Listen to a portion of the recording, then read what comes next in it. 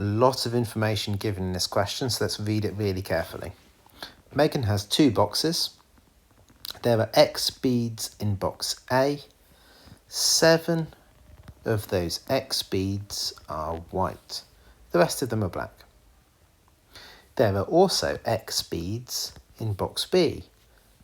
4 of them are white. The rest of them are black. She chooses at random a bead from box A. She notes the colour and then places it into box B. She then chooses at random a bead from box B. So she's taking one out from A, noting what it is and putting it into B. The probability of choosing a white bead from box A and a white bead from box B is 7/22. Work out the total number of beads in the 2 boxes. So we want the probability of a white and then the probability of another white equaling 7/22. So in box A, what's the probability of there being a white in there? Well, there was X beads in total and 7 of them were white, so 7 out of X. Now, in box B, originally there were X beads and 4 of them were white. But if Megan's taken a white from box A and then she's put it into box B, that changes things because she's added an extra white into box B now. So there is now 5 whites in box B and there's a total of X plus 1 in box B now.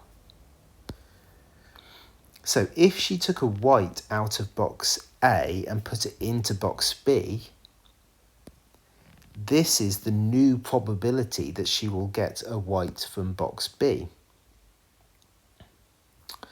So the probability of her getting 2 whites will be 7 out of X. That's the probability of her getting a white from box A. The probability of her then getting a white from box B is 5 out of X plus 1. Multiplying them together, because we want the probability of both of those things happening, equaling to 7/22. Now we've got an equation to solve. I notice that I could divide both sides by 7, just to make my life a little bit easier, because that's going to cancel these 7s out.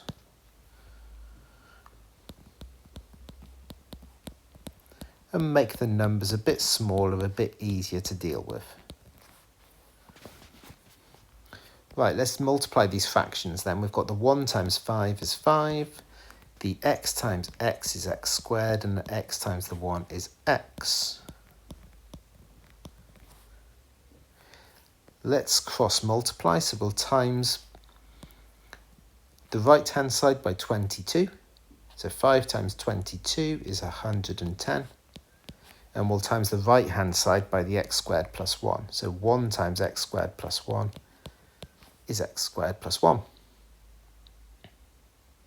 We'll subtract 110 from both sides to make this equation equal 0. We'll factorise. We'll have a plus 11 and a minus 10. So our 2 solutions are either minus 11 or 10. It doesn't make any sense to have minus 11 beads. So x must be 10. There must have been 10 beads in each of the boxes at the beginning. So the total number of beads in both boxes is 20.